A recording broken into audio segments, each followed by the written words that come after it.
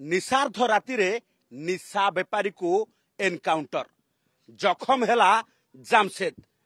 Commissionerate police रो special crime unit रो प्रथम थरम पाई निशा कारबार करुथिबा शेख जामशेद उपरे ये बड़ कार्यानुष्ठान एवं एनकाउंटर रे घायला होईची धला जहर बेपारी। ए बाइक सेई धला जहर बेपारी रो एवं पाखरे पड़िथिबा ये बंदूक सेई धला जहर बेपारी।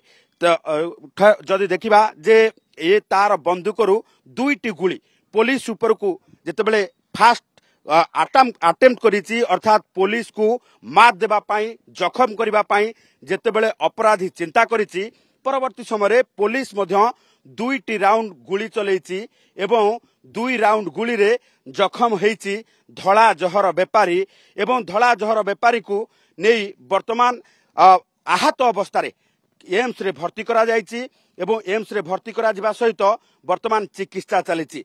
तेबे शेख जामशेद धला जहर बेपारी अर्थात ब्राउन सुगार बेपारी रो इतिहास देखिले एकाधिक थाना रे एकाधिक मामला रहिछि एवं बालेश्वर ठारू भुवनेश्वर प्रत्येकटी थाना रे एई भली भाबे मामला रहितबा बेले नेटवर्क लंबिछि नेपाल पर्यंत।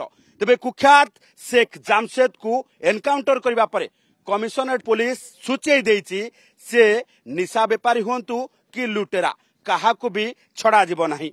सबुठु बड़ कथा हला हार्डकोर अपराधी को एबे कड़ा चेतावनी जे कोनोसी मुहूर्त रे मध्य अपराध करिबा पाई चिंता कले ये एनकाउंटर को थरे चिंता करिबा आवश्यकता रहिछि।